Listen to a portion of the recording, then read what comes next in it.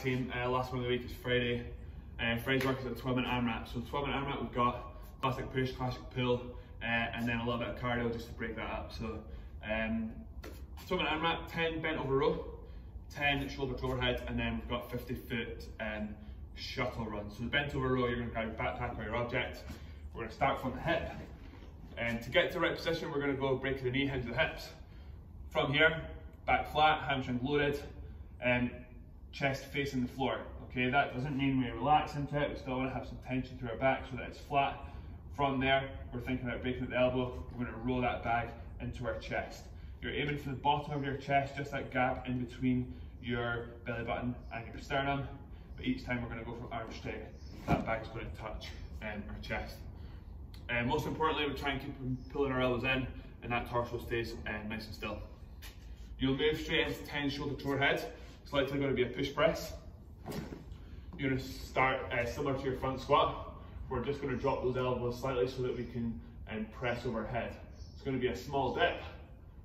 Thinking here about a vertical chest, heels staying on the floor. Okay, you're going to stick your bum out slightly behind, but most importantly, that chest is vertical.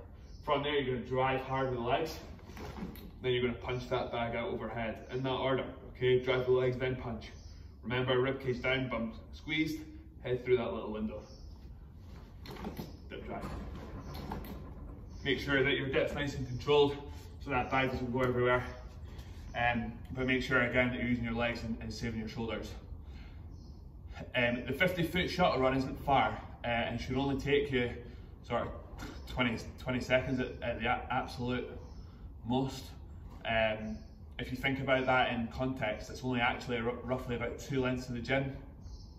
So just enough to break up the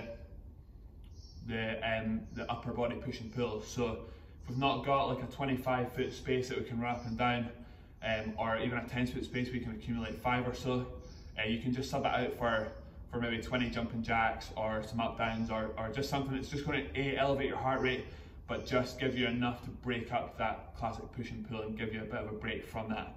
But that should not take you any longer than 30 seconds each time you go to it.